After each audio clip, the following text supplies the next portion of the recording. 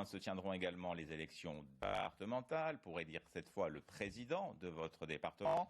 Dans ce journal, nous vous présentons régulièrement les cantons où les enjeux semblent les plus importants. C'est le cas notamment de Grasse 2, un des 2 cantons de gauche des Alpes-Maritimes. Une présentation signée Henri Migou et Didier Beaumont.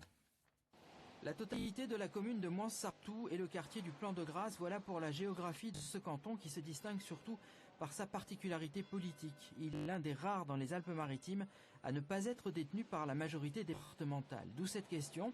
Peut-on faire avancer les dossiers quand on n'est pas dans la majorité? Oui, réponse sortante, Marie-Louise Gourdon. Elle a beaucoup travaillé sur les cantines bio et elle a fait aboutir des projets très concrets. Exemple. Ce parking de covoiturage où nous sommes, et nous, c'est la ville de Moins-Sartou avec moi qui l'avons demandé, proposé, il a été accepté immédiatement et il a été entièrement financé par le département, équipé de pistes cyclables, de circulation piétonne, entièrement sécurisées. Donc ça c'est la preuve. Ensuite nous avons sécurisé toutes les routes départementales qui traversent Moins-Sartou et le canton Grasse Sud. La majorité départementale n'avait pas accédé au second tour de l'élection en 2015. L'objectif, c'est de faire mieux cette année et surtout, le binôme explique que l'opposition ne travaille pas toujours en bonne intelligence avec la majorité. Simplement, avec Christophe Chalier, nous sommes les candidats du renouveau. Nous avons des valeurs auxquelles nous tenons particulièrement.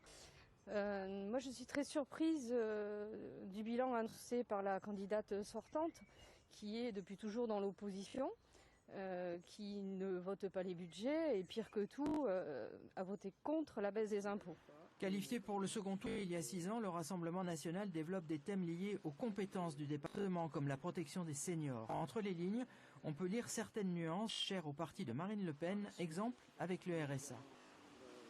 Si nous sommes élus, nous ferons tout le nécessaire pour pouvoir avoir un contrôle accru, quitte à faire un audit sur le thème pour que les prestations sociales et que le RSA soient contrôlés de manière beaucoup plus forte pour pouvoir aider les personnes et les Français qui sont vraiment dans le besoin.